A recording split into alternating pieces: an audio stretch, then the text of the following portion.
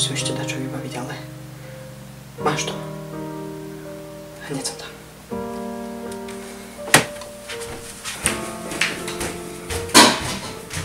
Mami? No?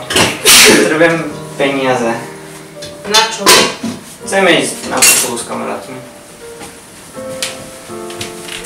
No dobre, tak tu máš 5 eur. No chcem ísť potom ešte na pizzu a potrebujem aj do školy veci kúpiť, tak... A koľko potrebuješ? 40 eur? Nie, to nejakú moc? Tak... Však... Veď ja mám iba 50-ku. Tak ja ti potom...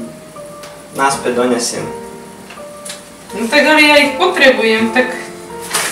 Tak mi donies výdavok. Ďakujem. Už musím ísť, ahoj. Ahoj.